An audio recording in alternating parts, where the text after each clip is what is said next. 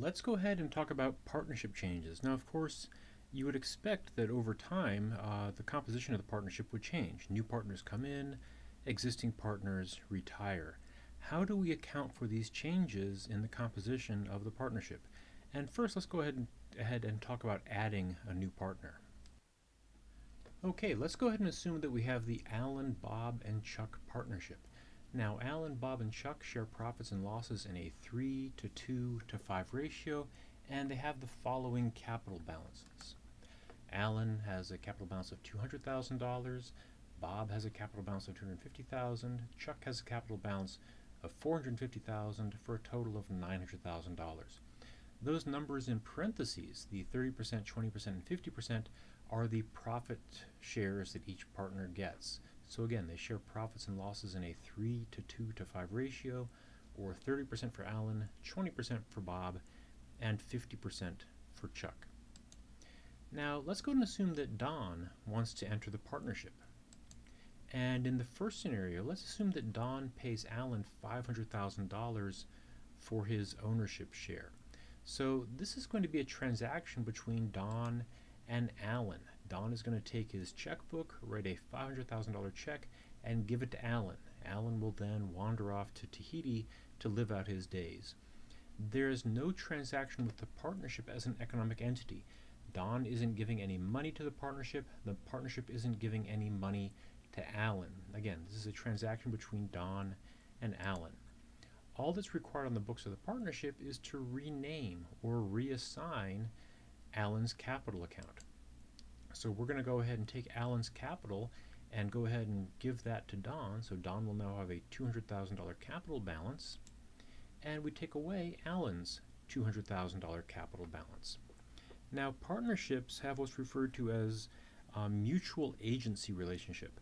Basically, each partner can bind the partnership to contracts, and each of the other partners can be held personally liable for the fulfillment of those contracts. So basically, if Alan signs a contract which was ill-advised and the partnership starts to lose a lot of money, then Bob and Chuck can be held personally liable for the costs of that contract, and they can lose their houses and their cars and so on and so forth.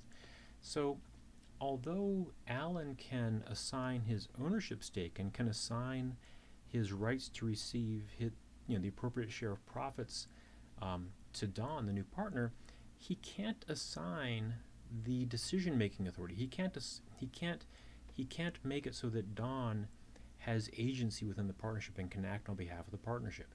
That requires the assent of the other partners. So Bob and Chuck have to go along with this before Don will be able to enter into contracts on behalf of the partnership. And again, Bob and Chuck, knowing that they have Alan sort of over a barrel, can insist that, yeah, we'll let Don in, but we need something to make it worth our while. So they might require that Alan or Don give Bob and Chuck checks for some amount of money to sort of buy them off as a bribe, or they might insist that some of Alan's capital balance, instead of being given to Don, be given to Bob and Chuck. So again, some sort of bribe or payoff, that sounds bad, some sort of bribe or payment might be necessary in order to let Don in. So for example, we might assume that, again, Alan's going to leave, so his capital balance is going to be zeroed out, and the agreement might be that, look, Don's going to go ahead and get $100,000 of Alan's capital balance. The other $100,000 will be split between Bob and Chuck. And, they can decide however they please to split that up. We'll go ahead and assume that bonus is going to be allocated on the profit sharing ratio. So again, Bob and Chuck share profits and losses in a 2 to 5 ratio. So Bob will get 2/7 of that $100,000 bonus or bribe, while Chuck will get the other 5/7 of that $100,000. Okay, let's go ahead and go to another scenario. Case B, let's assume that Don becomes a fourth partner by paying $300,000 for a 25% ownership interest. Now, whenever you see ownership interest referred to, at least in a textbook world, in a classroom world, it's assumed that means a 25% ownership of the firm's capital. So Don's capital balance will be 25% of the total capital or the total net assets. Now, as we've seen repeatedly in the case of stock acquisitions, when you buy shares of stock, when you buy ownership in a corporation, you generally don't pay exactly book value. Normally you pay more than book value. Occasionally you'll buy shares at a discount to book value, but you'll virtually never buy your way in at exactly book value. And the same thing applies in the case of a partnership. So the first thing we have to determine is whether the new partner is paying book value, is paying more than book value, or is paying less than book value for his or her ownership interest. Now in this case, let's look at what the total net assets are going to be. The original net assets, the original total capital, was $900,000. Don is going to add another $300,000 in cash to the partnership, because again, he's paying $300,000 to the partnership for an equity stake. So total net assets are going to be $1.2 million, or total capital will be $1.2 million. Don is going to get 25% of that, or $300,000. So Don is paying exactly $300,000 for $300,000 of capital. He's paying exactly book value. So this is very simple. Don makes this $300,000 cash contribution to the partnership and is awarded a $300,000 capital balance. Let's go ahead and go to case C, where Don becomes a fourth partner by paying $300,000 to the partnership for a 15% ownership interest rather than a 25% ownership interest. Now we know sort of intuitively this is the same, this is the same partnership. If paying $300,000 for a 25% interest was paying book value, then paying $300,000 for a 15% interest, obviously he's paying more than book value. But let's go ahead and confirm that with our calculations. Again, the total net assets after Don's contribution will be $1.2 million. He's going to get 15% of that, or $180,000. So he's paying $300,000 for a $180,000 equity stake, so he's paying a premium to buy his way into the partnership. Now there are two ways we can deal with this issue of paying a premium to get into the partnership. Our two choices, first is the bonus method. Now in this case, again, Don is paying $300,000 for a $180,000 equity balance, so he's paying an extra $120,000. Basically, under the bonus method, that $120,000 of extra net assets that he's paying in, instead of going to his capital account, is going to be awarded as a bonus to the existing partners. Again, that's the price for letting him into this partnership. The alternative, which is a little bit more complicated, is what's referred to as the goodwill or asset revaluation method. So let's go ahead first and do the bonus method. Again, Don is paying $300,000 for $180,000 of equity. The extra $120,000 is a bonus being paid to the original partners, and that will be split among the partners in their profit sharing ratio. So again, looking at the profit sharing ratios up in the little owner's equity diagram up above, Alan will get 30% of that, or $36,000. Bob will get 20% of that $120,000 bonus, or $24,000, while Chuck will get 50%, or half of that $120,000 bonus, or $60,000. Don will get his $180,000. Again, total equity or total net assets are $1.2 million. Don's capital balance is 15% of that. Finally, let's go ahead and look at the goodwill or asset revaluation method. Now again, Don is willing to pay more than book value to buy his way into the partnership, and the only reason he'd be willing to do that, unless he's a complete idiot, is that the partnership is worth more than book value. And again, this is the same idea we had when we had a parent buying a subsidiary for more than book value. First, we need to go ahead and figure out what's the implied or the apparent firm value based upon what Don was willing to pay. Don was willing to pay $300,000 for a 15% ownership interest.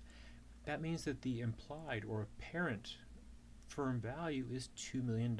Again, total firm value $2 million. Don is willing to pay $300,000 for 15% of that. So 15% of $2 million is $300,000. Now again, the firm net assets after contribution are only going to be $1.2 million. So there's an $800,000 differential. Again, the firm net assets or book value is $1.2 million.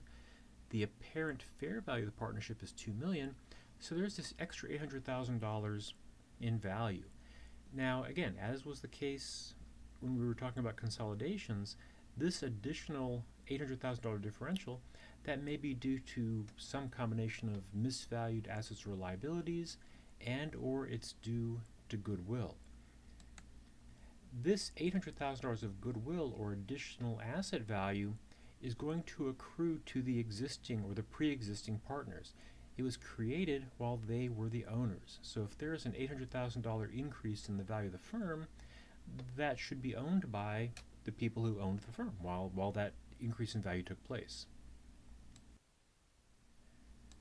So we go ahead and record the $800,000 increase in goodwill, or we might be revaluing specific assets, writing up our land, writing up our inventory, writing up our property, plant, and equipment. And again, that goodwill or the increase in the value of their assets is allocated among the existing partners in their 3:2 to 5 profit sharing ratio. Now when Don makes his contribution, he'll pay in his $300,000 in cash, and that all goes to him as his capital balance. As a result of this, the total net assets of the firm are $2 million. The $900,000 original net assets plus Don's $300,000 in cash plus the $800,000 in goodwill that was created, and Bob has a capital balance equal to 15% of that, or $300,000. Now, this idea of revaluing assets or creating goodwill when a new partner enters might at first seem a little unusual. Technically or theoretically, when a new partner enters the partnership, the Alan, Bob, and Chuck partnership ceases to exist and is replaced with the Alan, Bob, Chuck, and Don partnership. It is a new company. And as we saw in the case with mergers, when a new company or when a company acquires assets from another company, the acquiring company puts those assets on the balance sheet at fair value. So since theoretically this is a spankin' new business, this new business would record all of the assets and liabilities at fair value. Now, in reality, most people, I think justifiably take a slightly dim view of this. They say, look, this is still the same economic entity. This is still the same business, still engaged in the same activities, still with the same resources. All that's happened is there's been a change in the ownership of this going concern. So in most cases, assets aren't revalued like this, goodwill isn't created like this. Instead, we leave the assets on the books at their existing values and generally use some variant of the bonus method to record the new partner coming in. Okay, next we need to discuss what happens when a partner leaves the partnership. Sometimes partners retire and want to move on to other things. Sometimes, unfortunately, partners pass away. He's dead. Must be dead. He was worse than dead. His brain is gone.